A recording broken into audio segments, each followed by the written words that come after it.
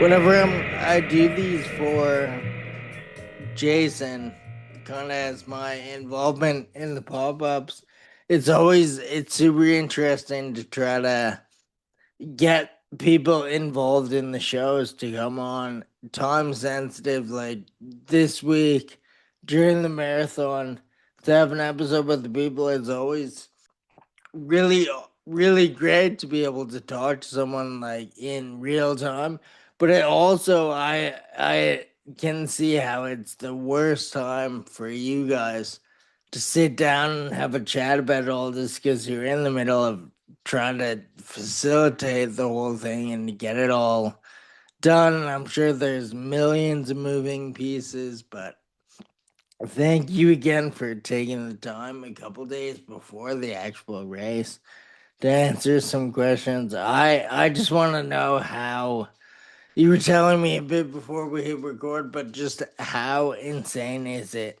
for you right now? Like, how busy are you, and how much stuff is on your plate? Yeah, and it's yeah, it's pretty crazy. But we've got the store obviously, um, which we opened a couple of years ago. Well, that was the second store, and what we found was this week was just insane. You know, you've got 2 million spectators and 55,000 runners in London, and they were kind of all heading. Not all of them, but you know what I mean. You had a big old hit of people visiting the store. And when we're trying to kind of do business out of there and trying to run events out of there and trying to, have meetings out of there, it was just overwhelming. So we kind of looked at, potential ways to be able to spread things out. And we're good friends with the guys who own Truman Brewery, which is this beautiful big old non-working brewery, which is around the corner from us, just on Brick Lane. And we got a great relationship with them, and they sorted us out this unbelievable space on Dre Walk, which is just a beautiful light filled space. It's got an amazing little front patio outside the front of it. So yeah, that's us this week. That's what we've been up to. Does it like make the rest of the year feel less eventful because so much stuff is going on right now? Without a doubt, this is like Q4, for other businesses. For us, we've got, not only is London going on, which goes mad, but you've got all the other, you've got Boston and Paris and Brighton all taking place, in the months leading up to London as well. And then we have Hackney Half happening just after things have died down with London Marathon. So it's literally February, March, April, bit of May, where it's just it's crazy, crazy busy. But we kind of like it like that, and we welcome it. Yeah, it must. I mean, if anything, it must pass the time. Like, it's probably over before you know it. Like, it seems really stressful, and then it's happening, and it's really fun, and then it's over, and then I'm sure you're anticipating the next year. Yeah, without a doubt. I mean, it's always there's something always going on, but it's just a real a peak at this time. I mean, we have other businesses which we do a couple of things in Paris and some things in New York, which we try and get a running related slant to it as well. But it's all about making sure we've got enough stock. Well, we've got events, we've got like sponsorship in for these three and a half months. And how, like, how exponentially has it grown over the past little while? Like, if you think back to the first year, even that you guys did stuff, and then this year, watching running globally kind of from the outside, I can see the like immense response to everything, and each marathon seems to get busier and more media coverage, and everything going into it just seems so much bigger every year. So do you like what's the growth every year? I mean, look, we started this little business in during COVID. So obviously there were restrictions on what could be done then, but everyone was out running on their own. So we've obviously seen increase on increase on increase, but it seems like there was a dramatic increase from pre-COVID to maybe the year after COVID, just because running had just, taken over a lot of people's lives, and a lot of people, had used it to be able to get them through COVID. So I feel like it kind of came out of that particular difficult period in a very, very strong place. So compared to the decade before, this decade is, yeah, it's something way different. So, I mean, very interesting time to start a business, right? Like in the middle of when a lot of other businesses would have been facing hard times or either shutting down. You would have chosen to start one. So, what was the impetus behind like starting up Progress during that time? I mean, it was kind of accidental. It wasn't a plan, and it wasn't something that I sat down and right, I'm going to grow, I'm going to start this business and build this business. I mean, as I say, I've always ran all my life, and but I really started to ramp it up during COVID, and it was just during them runs. I was kind of, in 2020, I didn't enjoy lockdown. My other businesses were getting impacted a lot. We were in wholesale and retail fashion, so all of our stores shut that we were dealing with, which was a very kind of scary time. So I was just running, and you know what? I had access to making some t-shirts, so I started making these t-shirts. My business is called Brand Progression. That's my fashion business, my fashion sales agency. So I just had this idea of Progress Running Club because it was related to the name of my other business. I started printing these t-shirts. I was sending them to my friends in New York, in Tokyo, in Lisbon, in Paris, just as a way of, I don't know, trying to, have some kind of contact without, it's just something that was kind of more tangible than just a phone call or a Zoom call. And I wanted to try and sort of maybe kind of lift their spirits. And before I know it, they'd received the t-shirts, and people, being very super grateful for them, and thanking me for them, and they were getting pictures of them up on Instagram. And then before we knew it, we had people contacting us via Instagram, asking where we could buy the t-shirts. So again, with no plan whatsoever, we were like, okay, well, let's make like 100 t-shirts this time instead of 25. And we made 100 t-shirts, and they sold out in a couple of hours.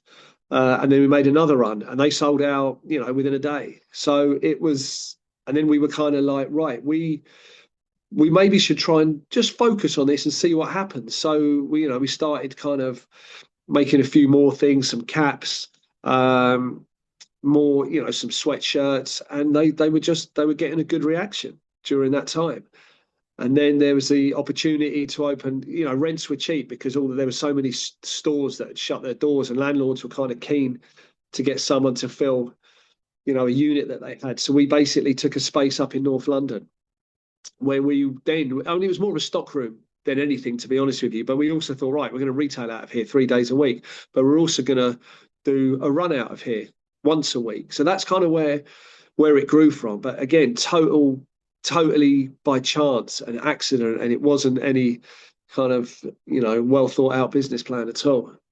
Which, I mean, that's my favorite type of origin story. I talk to a lot of like people on here that have businesses and their own startups, and that's always my favorite answer is when someone kind of comes across something organically, or it's not, they didn't sit down with the whole plan of how to market this and how to like make money off people. It's more like just a genuine kind of community activity that turned into a business.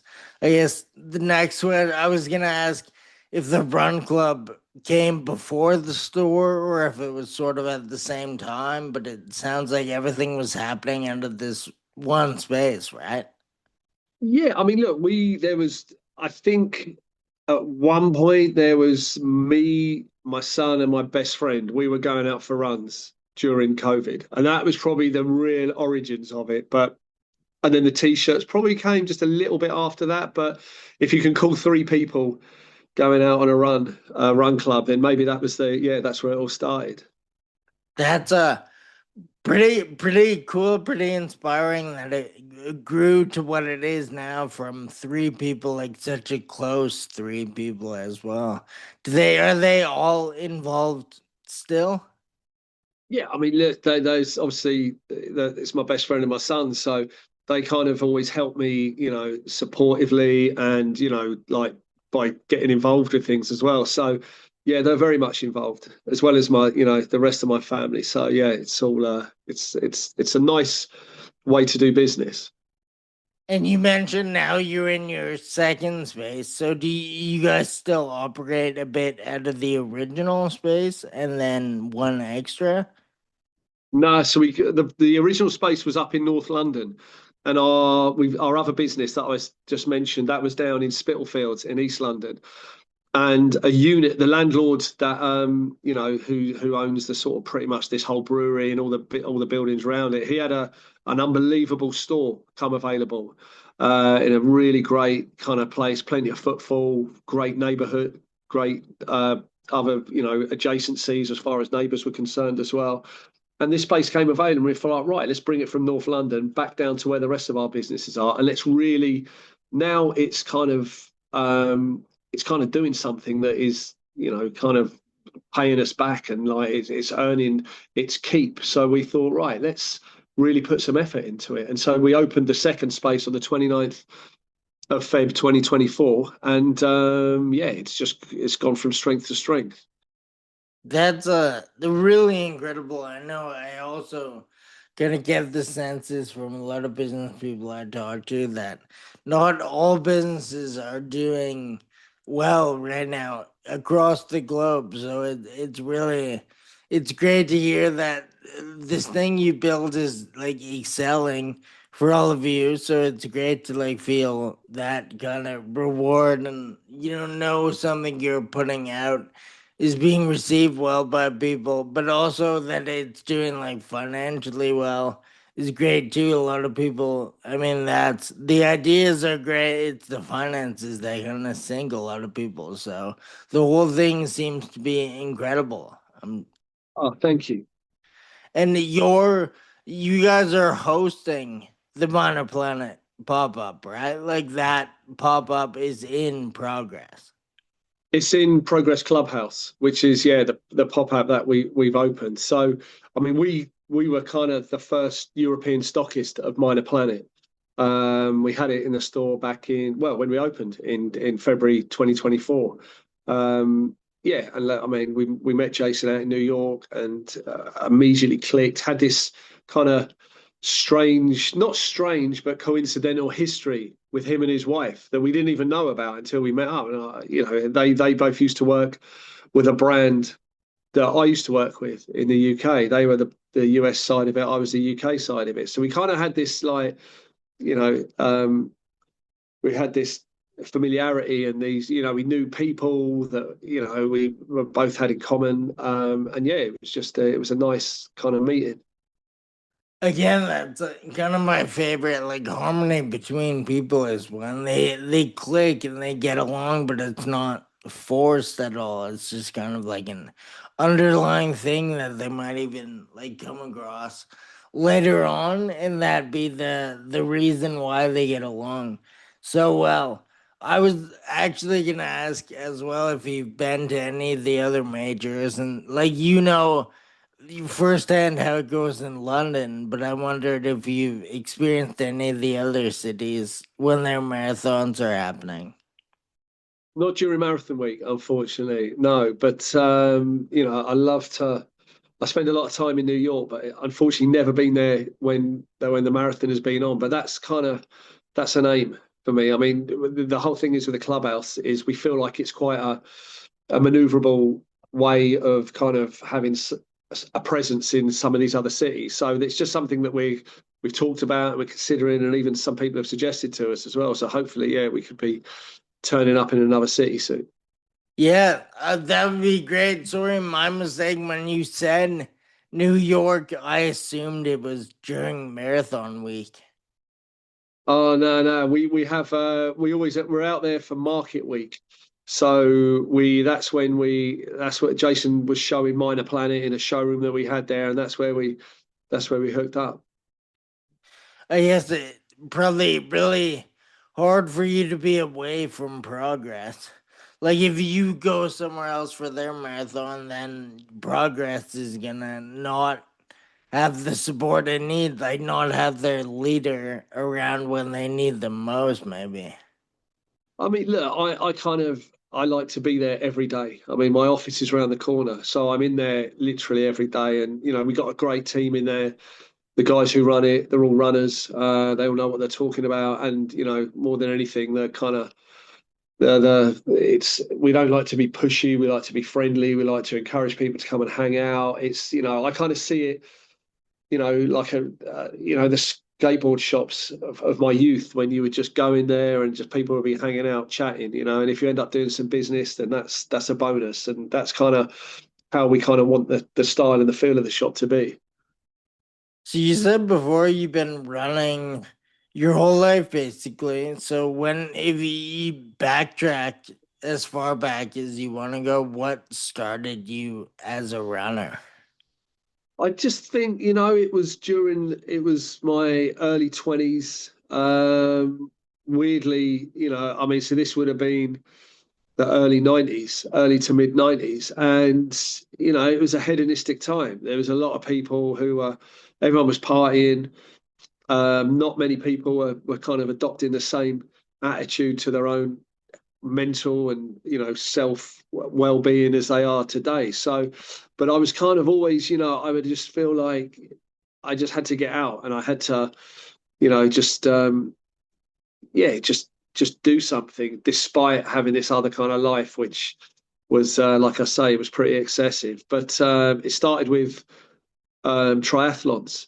Um, and you know, then after doing a couple of them, I've done a half marathon, and then after doing the half marathon, that was it. I've got to do marathons now, so that's how it kind of evolved into doing that. But it was a weird time back then because the running then was nothing like it is now. You know, if you were running a marathon, you were looked at as I don't know. It was you were kind of people kind of laughed, and you know, not laugh in a disrespectful way, but it was you know like what you doing, man? That's you could be sat on the sofa, or you could be sat in the pub, or you could be you know relaxing. But I just always felt the need to get out there. So as you've been running, have you been able to watch like your friends and acquaintances kind of slowly gravitate towards running? Like if you were one of the first ones, have you witnessed a lot of other people come to the realization that you might have came to earlier on that it's really good for you, like health wise and mental health wise? Yeah, I think. Listen, I think that COVID period was a big realization for people because it was all of a sudden mental health became a priority. And people began to realize that. And it was, you know, it was very easy. The weather here during that first lockdown was unbelievable. And I think it was very easy for a lot of people to sit in their gardens or you know, to sit in their living rooms and drink and not do anything. But some people chose to do the opposite of that. And that's where I feel like a realization that it's good to move and you know but for both your mind and your body and that's where it really pushed it forward by maybe a decade. If it hadn't been for COVID, I don't think you'd have seen nearly as many people doing the kind of you know the good living that they're doing now. Are you running the marathon this year or just hosting? Just hosting. I mean, I kind of like I'm at the age now where I feel lucky to be able to run, you know, without injury. So I try to, I've actually been injured since January and I've only just started back running this week. So if I can get, you know, 4 runs in a week, I'm happy. But I start going over a certain mileage and then the injuries kick in. So just hosting. That's funny. I can't tell at all. Like I by looking at you, I would guess you are much younger than I assume you are. And I mean that in a very complimentary way. Oh, you're too kind, man. Like hearing you talk about your son is I wouldn't have really thought that you would be old enough to have a son involved in the business. And again, compliment. Oh, mate, that's very kind of you. Know, but my son, He's 14 now. So we were taking him out, my friend and I, we were taking him out when he was probably 7 or 8, but he's a sporty kid. So yeah, it was easy for him. Uh, do you see any of like his friends? Are they getting into running just because his dad has the shop? Like, do you see it growing? Does he grow with people his age because of his influence? I mean, there's some kid, they see some of the product that he might get from the store sometimes. They're all into the Nike Miler series. But otherwise, I think there's a friend of my daughter's actually. My daughter's 18, and she's just got right into running, and like randomly, but she loves it, and she comes to the store now, and she gets all of her running gear from us. So kind of stuff like that is nice, and hopefully that would lead to my daughter maybe trying to get involved in it one day. My son at the moment, he's a big footballer, so that's where a lot of his energy goes at the moment. I guess it's nice to have your kids be interested in this, but you don't want to push it on anyone. Like you don't want to force them to be into it. I feel that's like the easiest way to scare off a kid is to like tell them what to be interested in. Absolutely, man. Absolutely. I think they find their own way, and hopefully, seeing how their parents are, and hopefully seeing what we're doing, then that hopefully will kind of spur them on to try and take a healthy interest in what they do. So how often is the run club happening? Like how consistent is the progress run club? So we run it ever since the 29th of March 2024. 29th of Feb 2024. We've run every Tuesday without fail. I think we take one off over Christmas and that's it. But and that's it's become like just it's just a constant in this community. And we've got a lot of people who originally from Spitalfields who come. We've got some people who've come from other parts of the world. We've got some people who have never run before, and it's just something now. It's as much a social thing as it is a fitness thing. But that's every Tuesday. But weeks like this, we may have something, Wednesday, Thursday, Friday, and Hackney Half, we have a run on a Tuesday, but then a run on a Thursday and a run on a Saturday as well. So, but that Tuesday is the heart of it, and that's kind of what we try and maintain and keep consistent with.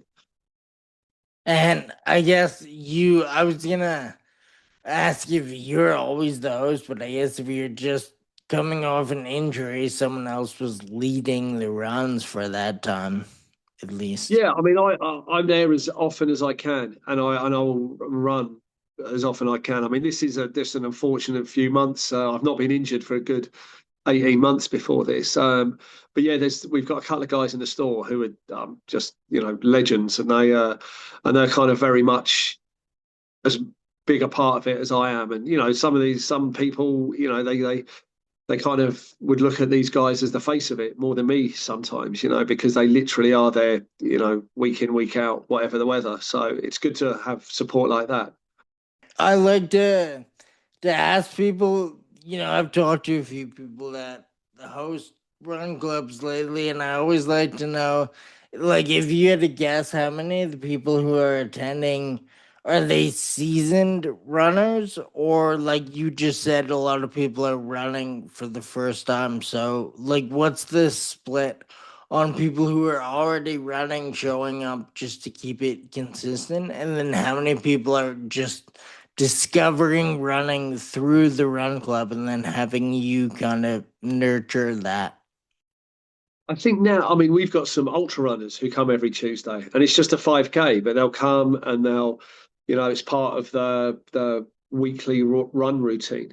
We've got some runners who literally that week, that day is the only one run they do of the week. But then we've got some people who've come, they've never ran before. They've started doing that 5K week in, week out with us. It's kind of ignited the sort of love for running, and they've gone on to do marathons. So we've got every every level. And well, like I say, we want to be as inclusive as we can. And you get the odd guy that will turn up and try and win run club, and that's fine, that's cool, but it's not what we're about. We're about being as inclusive as we can be.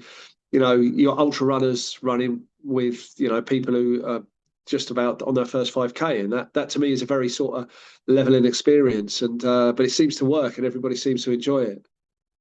What about the how many of the people that you see do you see like week to week?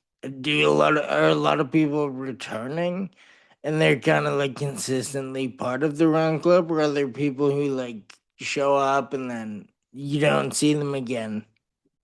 No, it's mainly consistent. We've got like a real core of regular runners that are there every week.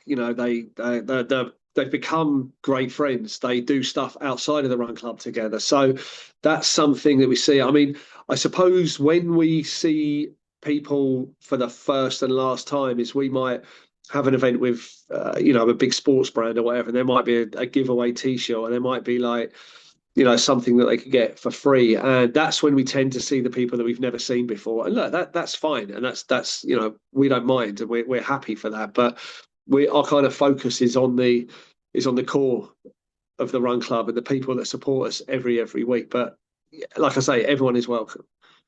That's when I was just having a conversation with my girlfriend about how there are people who show up to events like that.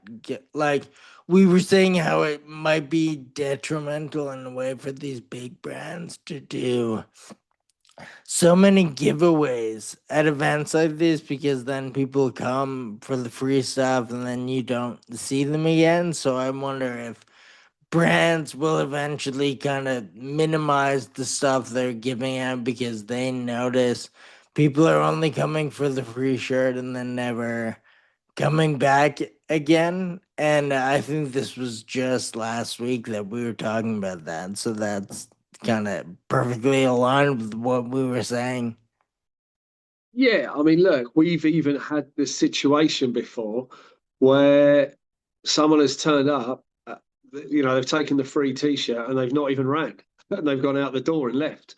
And that's just I suppose that's the way of the world, and that's just yeah, it's just something that can kind of, I'm sure it's going to happen, not just in our kind of area, but in all sorts of different parts of the world. But I think for the brand wants that picture, and if the brand wants that image of people wearing their products, doing something that they want to be associated with in a group, enjoying themselves, and that's what I feel like the brands want. I mean, the real, genuine, authentic community is, I would say, is definitely, without a doubt, more difficult to build, because it's all about welcoming people and being friends with people and giving people a good experience. Because anyone can give someone a free pair of trainers and a free t-shirt, and yeah, they're going to turn up and they're going to take it, and you're probably never going to see them again. But it's more about,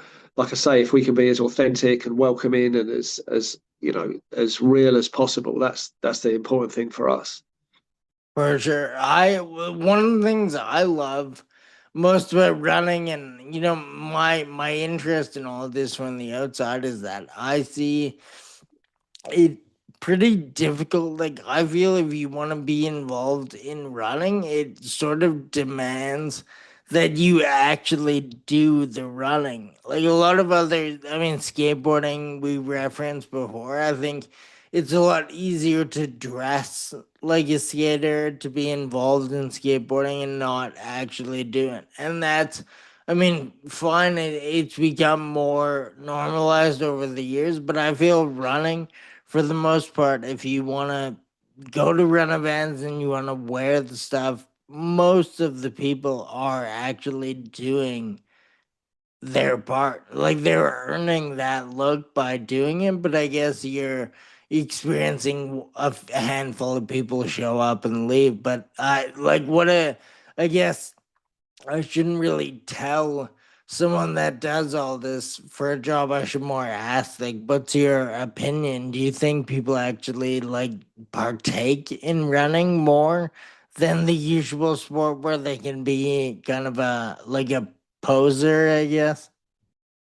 I mean, look, it's I suppose with any sport of any which is demands something physically, you can't fake it, can you? So I feel like you know what you do get them again. You get them guys who turn up dressed head to toe in the most expensive running gear, and yeah, they got like the crazy, insane glasses on. They've got like the expensive carbon plated shoes. They've got the latest fashionable running apparel on, but they can just about run a 5K. But listen, that's fine, and that's how it is. But they're going for that elite runner look, and I suppose it's just the sheer demand of having to run 5K if you've never run it. It takes training, it takes commitment. So I think it's something that is difficult to fake. And whether there's people hanging around the park dressed as runners,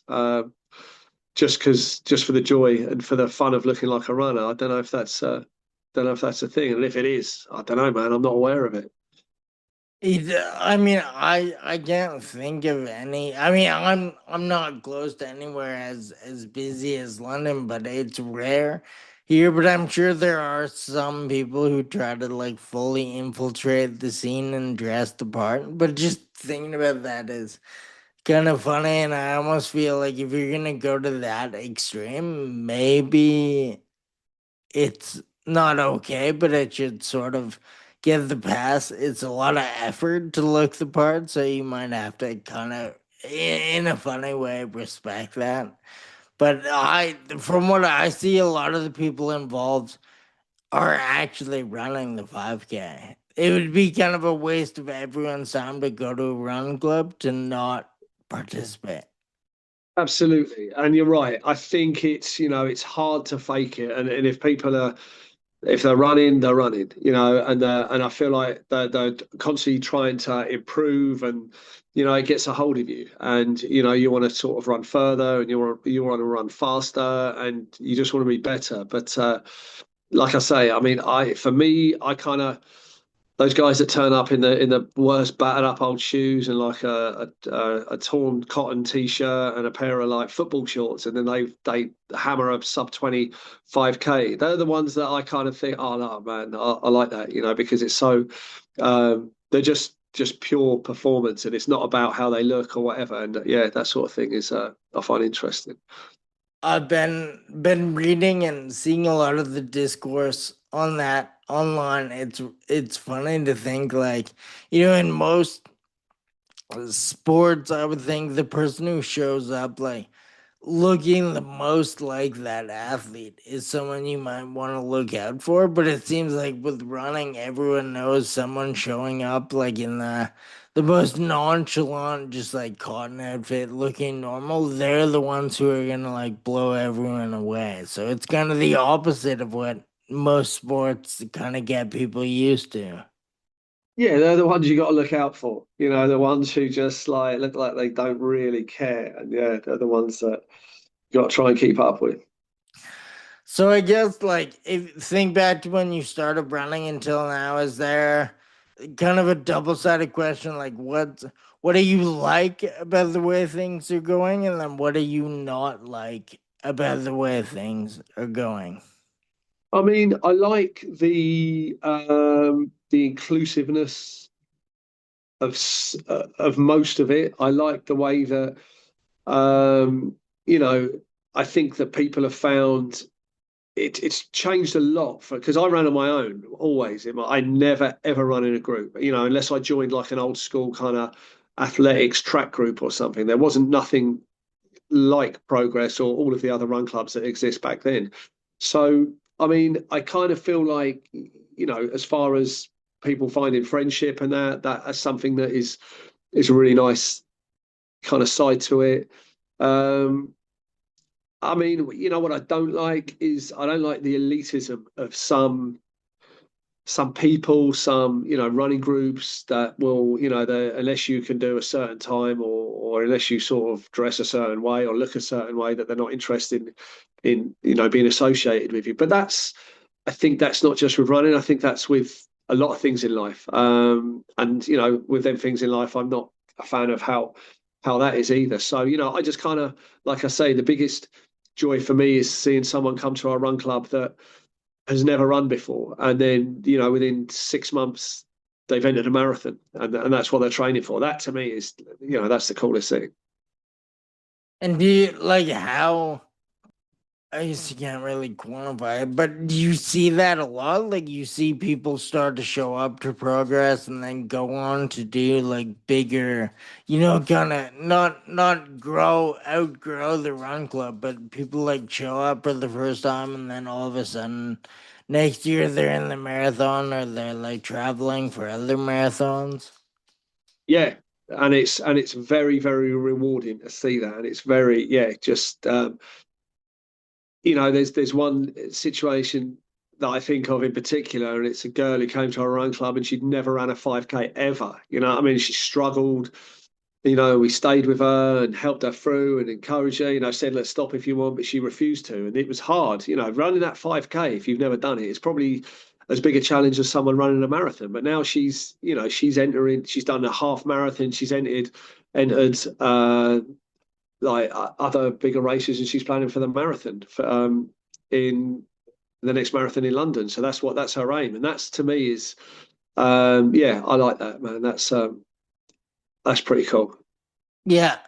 Definitely. But like that seems to me like maybe the most rewarding part of all of it is Yeah. just to see people like see it through that much. And that's one of the other things I admire so much about running is that it's so hard. Like it looks like the hardest thing these people have ever done, and then when they finish it they want to do it again and they want to harder and harder, and they're always challenging themselves.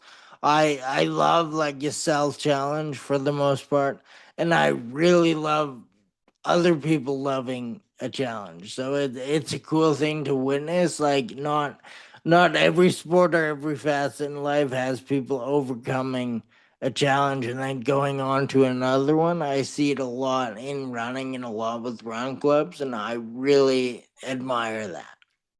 But I think it's something that, it's a great life lesson as well, because I think when you undertake something like it just teaches you about consistency, and it teaches you about having to just continually do something, just the small things to eventually arrive at being able to complete this big thing. And I feel like, it's a real, I've seen people improve their lives a lot through that, and just made a lot of positive outcomes from, where they weren't doing exercise or they weren't, taking care of themselves. And I've seen people who become running, and that whole attitude just changes for the better, and the whole life changes for the better.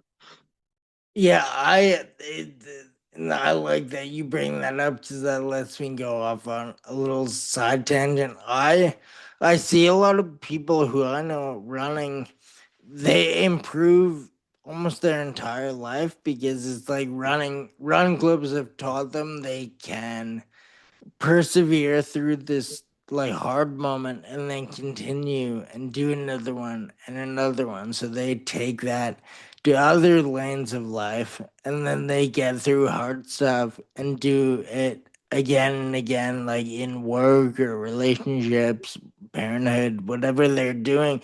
It's like running show them that they can, it'll be hard and then it'll be over and they can move on to the next. So seeing that like spread to other parts of people's life through that is also a very very aspirational thing to watch.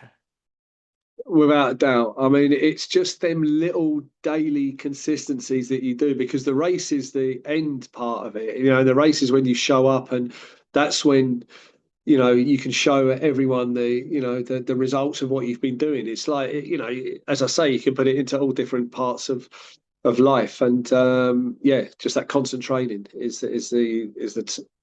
with the target of completing something big at the end. Now the only thing, it's not like I don't like marathons at all. It's like a test.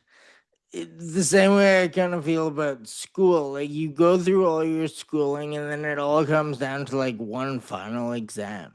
right? And you don't know like how you're gonna feel that day, and maybe all the stuff you studied you don't remember on that day, and then you have everything kind of falling on that one day.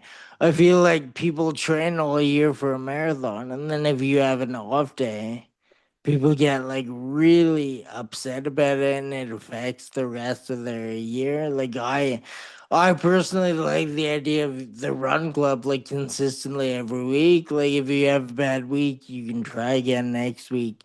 But the marathon seems like so much stress for people. Like you put it all on that one day, and then if it doesn't go great, some people brush it off and they handle it really well. Some people it like really bums them out for an entire year. What's your thoughts on that? I mean, look, I get it totally. I mean, it's that whole thing. I have a friend who's obsessed with getting a sub 3, and he trains like crazy. And, he's got a coach. And that's that. It kind of it takes over his life. And I can't remember which race he done, but I think he got like 303, and it totally, oh man, it really floored him. He was really so disappointed and so down because, when you put that kind of pressure on yourself that you want to do it, and I get why he done it, but it's back to the drawing board now, and it's back to another 3 months, 4 months of hard training, and hoping he stays injury free, and early mornings, and yeah, it's I totally understand that. I totally get it. He's tried only once? Like he got the 303 last time and then he's trying again? No, he's been steadily going, sort of like dropping like 315, 311, 309. And this was the one when he thought, right, I want the sub 3. And he was just, and I think he threw everything into it. And listen, man, it's a monumental effort to try and get a time like that. And it's painful, and it takes a lot of commitment. So I understand why he was so disappointed.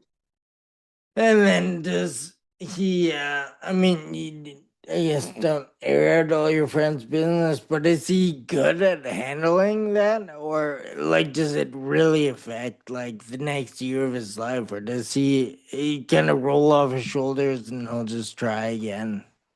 Listen, he's not going to give up, put it that way. But it's like I can see the anguish and the toll that it is like taking on him, because it's, how can I compare it to? I suppose it's going for a new job, or it's going for trying to win an account. If you've got a business and you put all this work into it, and then it doesn't come off, and it can get you down. And but it's like, in contrary to those other things, with running, you can just get straight back out there and get back on it again. Yeah, I mean, really unfortunate that he would have to like deal with the pain of not reaching it every time, but it's quite commendable that he does keep trying, and that goes back to what I was saying, so admirable that people like keep showing up and they know how much pain went into like almost hitting it but not, but then they'll still come back and try again as many times as it takes. That's very cool. Yeah, I mean it is, but I suppose marathon training, it just takes over. Yeah, and it's something that is, you've got 3 or 4 months of just real. You have to be disciplined and you have to focus, and it's. I don't know if he would have even taken a breath and taken taken a back seat, or not trying to improve if he had got sub 3 hours. I'm sure he'd have wanted to be 255 or something, or sub 250. So there's always a target, and which, it's great that you can always have something to focus on. Yeah, that's the other thing I really like, but then also it just never ends. Like it seems like running is a constant competition with yourself. Like in a good way, a lot of things I feel don't foster that as much, but it's like he wants that sub 3, and then when he hits it, he's gotta get faster and faster unless he's gonna completely retire from the sport. Oh yeah, man. He's a young guy, so he's got a few years in him left. Oh, that's great. So he'll get it. He'll get the sub three eventually, but then he'll have another challenge. Yeah, definitely. So you mentioned towards the beginning of the talk that it's like growth over growth every year. I'm wondering, do you think there will be like a ceiling, or is the marathon just gonna like exponentially get busier every year? I mean, I think there's plans for a 2-day marathon in London next year. So what that brings remains to be seen. But I feel like that's only going to make it go in one direction. I mean, one thing, the store. I feel like the store has a ceiling. It's only so much people footfall that you can have, but where we're really pushing from a business point of view is online, and because we feel like there's an audience we can reach in other countries, that kind of, and just other cities and towns in the UK, which is way outside of the Spitalfields kind of neighbourhood. The run club is something that we feel quite no, sorry, the clubhouse is something that we feel quite excited by, because that just adds another element to the business, and it's something that, as I said to you, I think earlier, that we feel there's opportunity to kind of do that, more in line with maybe other races in London, and maybe other races in other cities in other countries. Was there I mean, I guess you don't need to name any of the friends or competition, but was there other stores similar to Progress or other run clubs similar before you guys started? Or are you guys kind of leading that like retail side of things and that like exact vibe of run club? No, I think there was a few that came out, that popped up all about the same time, round about that early 2024. There was a couple in London, including us. There was one in Manchester. There was one in Edinburgh. Um, and look, I just think it's kind of changed the face of retail in that sector of the market, for the good. No disrespect to anyone who's ever, been, doing it for years and years before, but it's kind of like the the um, the retail side of it evolved into something that was, that could cater to the needs of that new runner that came out of COVID.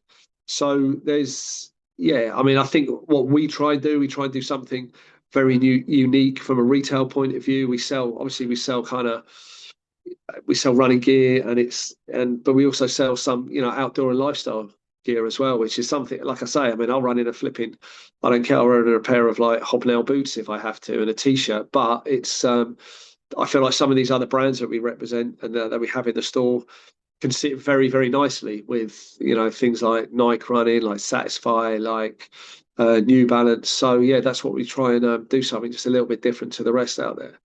Yeah, I like the fact that it seems recently a store like yours, like carrying the brands that you guys carry, that's sort of a new thing to me at least. I feel like a running store 10, 20 years ago would definitely not have been as like kind of aesthetically pleasing or like look the way Progress might look.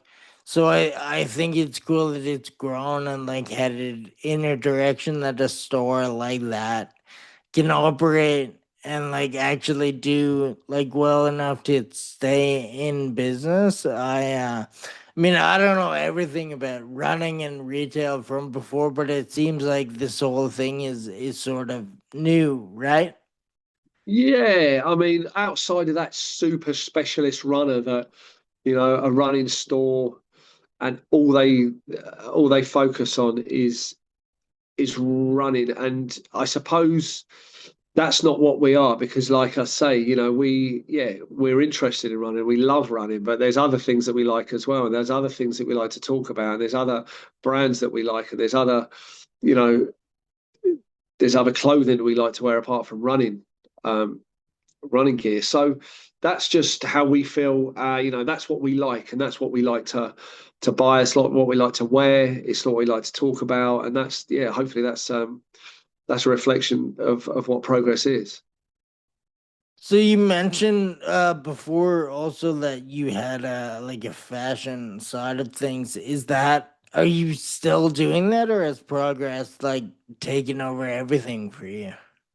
No, man, that's still very much a part of what we do. So we have an agency, a fashion sales agency that we've had. That's the since 1998. So that's where when you see Progress Running Club since 1998, that's the reference. It's just to brand progression. But then we have a showroom in Paris and a showroom in New York as well, where we open it every season, twice a year. So we open it for spring, summer, and autumn, winter, and invite buyers from around the world to come and see new season collections in them in those environments in Paris and New York. And one thing that's kind of started to happen during that time is we have a run every season from the showroom, and that's kind of grown from something that was maybe 12 people the first time round. So I think we probably had over 100 last time in during Paris Fashion Week. But Paris Fashion Week has turned into, you've got all the brands are doing something. Not all the brands, obviously, but all the brands that are kind of that way inclined are doing a run during Paris Fashion Week. So it's become a big part of that particular calendar week, which is mad, really, because I think I said to you 20 years before, nobody was looking after themselves and nobody was, getting up early to do running. They were doing the opposite. They were getting in early from whatever bar or nightclub or party they'd been to. So yeah, it's that's super interesting. Yeah, I guess you would be the perfect person to ask this, but like just seeing how much running is gonna, it's like every day I feel it fuses more and more with fashion, right? And just like seeing how like intertwined they're both becoming is pretty interesting from someone from the outside. But like, have you noticed even the brands you deal with from the agency, have you seen them leaning more into like running and fitness as well? Well, not all the brands. I mean, there's a couple of brands that we do, and they're very much kind of associated with the outdoors. Or there's a couple of brands that we do, and they're surfers, the guys who own them and design. Even though they're not surf brands, but the guys who do it are, they surf every day. We've taken on a couple of, performance brands into the agency. So we do a brand called Act Running now from Paris, and that's something that weirdly, you've seen stores that we would only sell fashion collections to. I started to pick up, things like, Act Running to sit alongside. They've probably got Satisfy, or they've got, I don't know, maybe District Vision in their store as well, which was unheard of unheard of pre-COVID. There was that them two worlds didn't align. There was no blurring of the kind of market there and the brands there. But now you can walk into, one of the best stores in the UK, and he's got District Vision, he's got Satisfy, he's got Saucony Running, he's got like just a whole abundance of specialist running brands next to high fashion, which was unseen or unheard of before. Yeah, I was thinking before you started to say that Satisfy and District Vision would be the two that I see the most available at like high end, like fashion boutiques will have classes and they'll have Satisfy. And then I'm sure plenty other Saucony, great one. But yeah, Satisfy District Vision. I see a lot of people I know like that either work for or run like fashion retail. That's what they're like going for. They've almost dropped two fashion brands to pick up those two. And, from what I hear, the sales are incredible on Satisfy and District for them.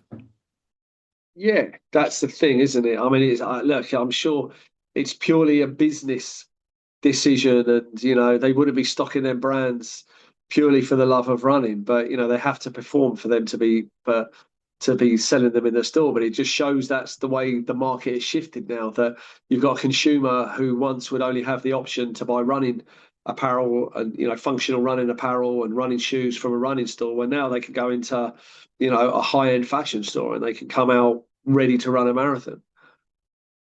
Yeah, I mean, to me, it makes a lot of sense because if you're there like buying clothing for everyday wear, but you also maybe dabble in running or you need glasses that are gonna work for that, like for running, but also look cool.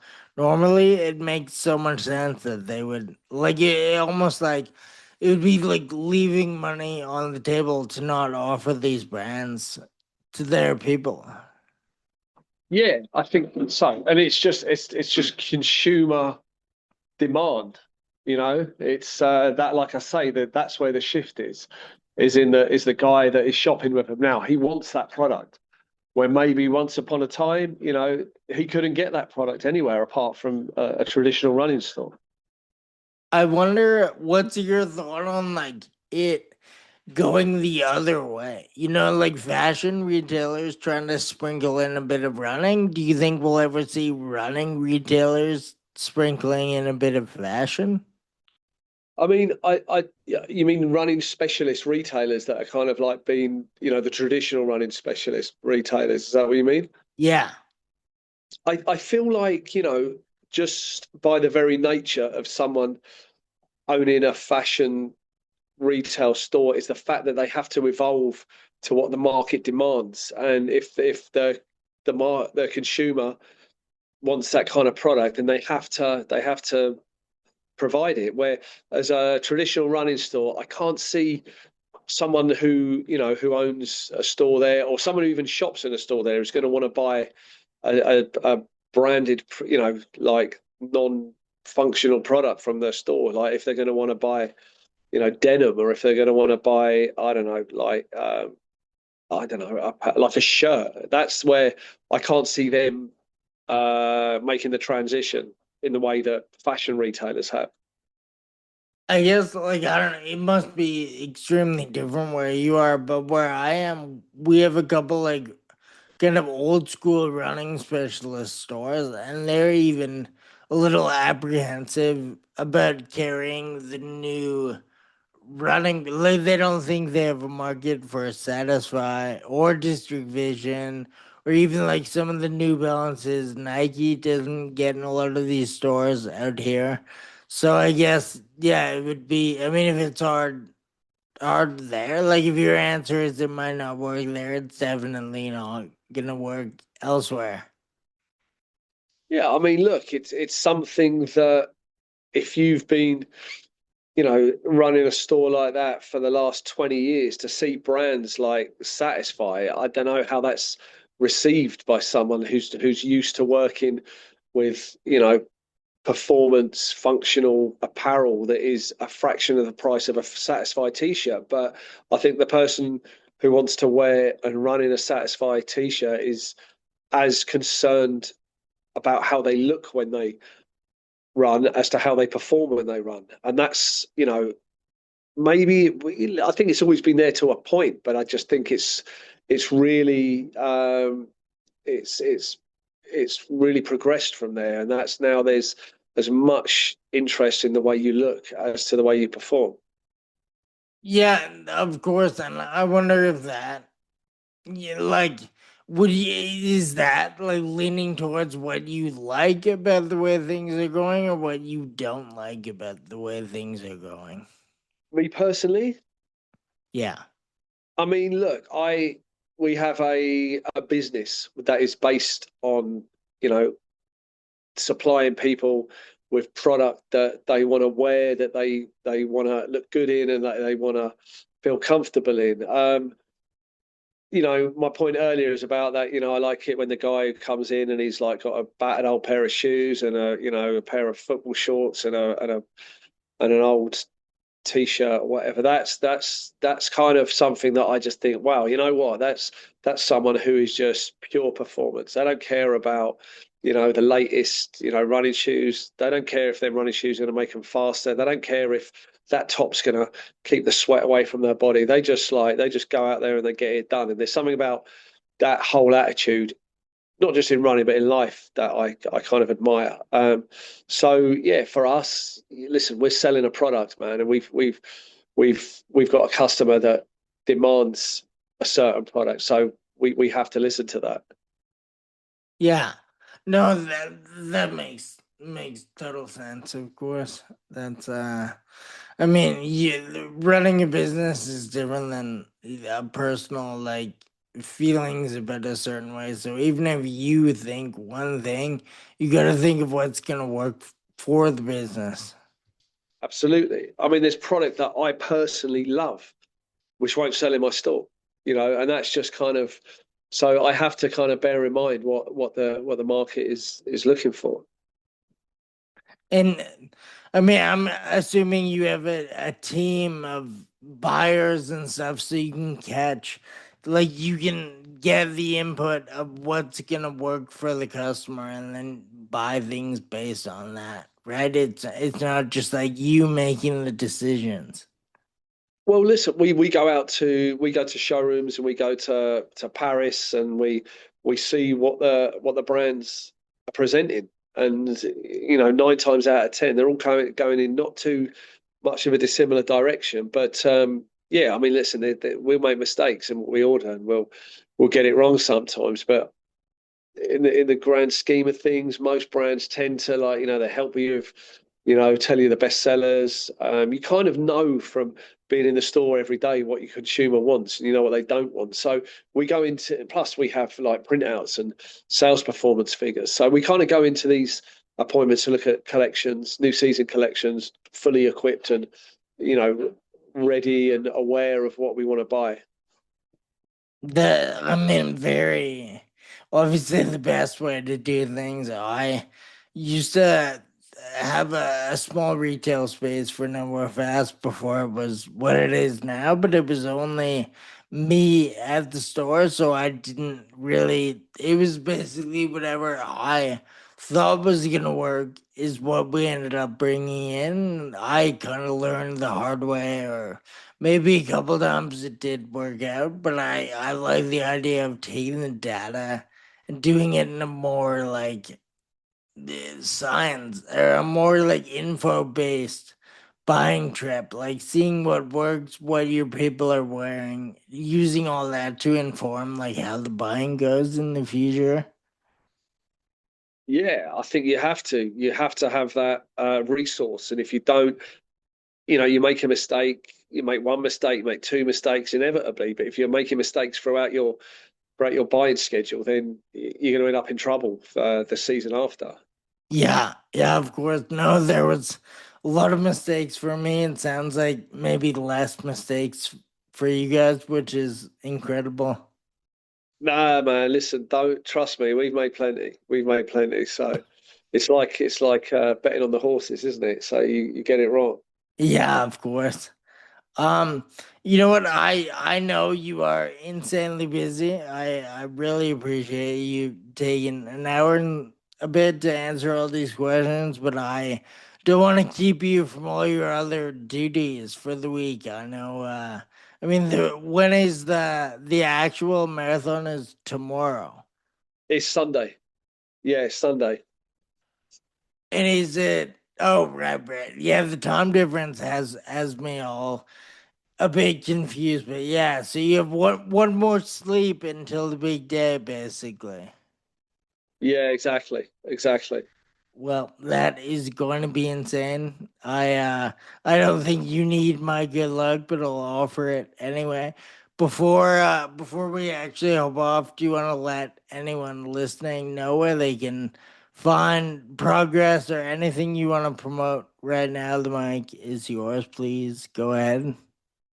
Just listen, if you're in the area, if you're in the Spitalfields neighbour, come and say hello. If you're in that neighbourhood, yeah, always happy to see people, always like to chat to people. And yeah, we're just, yeah, it's everyone's very welcome.